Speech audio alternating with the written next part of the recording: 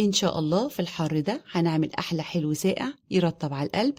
بنانا بودنج كريمية بطعم ما يتوصفش. يلا نبدأ. عندي كوبايتين من اللبن البارد، هضيف عليها معلقتين كبار من بودرة الكاسترد و3 معالق كبار من السكر، والسكر هنا حسب الرغبة. هقلبهم كويس جدا وهرفعهم على النار. هضيفهم في طبق واسيبها تبرد، وهغطيها علشان ما تعملش قشرة وادخلها التلاجة تتماسك. هنحضر الكريمة. عندي معلقتين كبار من السكر، نص كوباية مثلجة. هخفقهم كويس واتأكد ان السكر داب.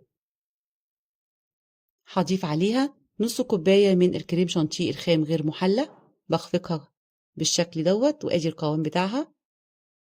هضيف عليها الكاستر بعد ما تماسك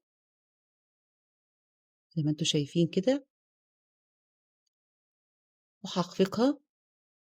وعايزة اقول لكم ان الكريمة دي حلوة جدا، تنفع لأي حشوة عندك. هنجهز بقى الطبق. هنحط طبقة من الكريمة، ولو عندك حوالي موزتين كده قطعيهم بقى بالشكل دوت، وهضيف عليهم نص عصير ليمون عشان انتوا عارفين ان هو بيسمر بسرعة. وهعمل طبقة من الكريمة وطبقة من الموز،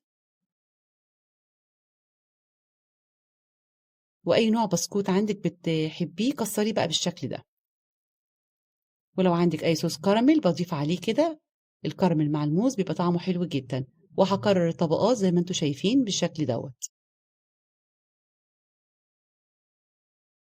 عايزه اقول لكم الطعم بجد حلو جدا وسهله وبسيطه، وما خدتش مننا 10 دقايق. واخر طبقه معايا بزينها كده بالبسكوت،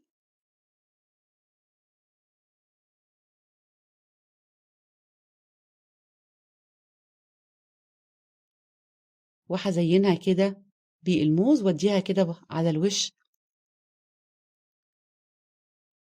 الكراميل بتاعها. وادي شكلها النهائي، حلوه جدا.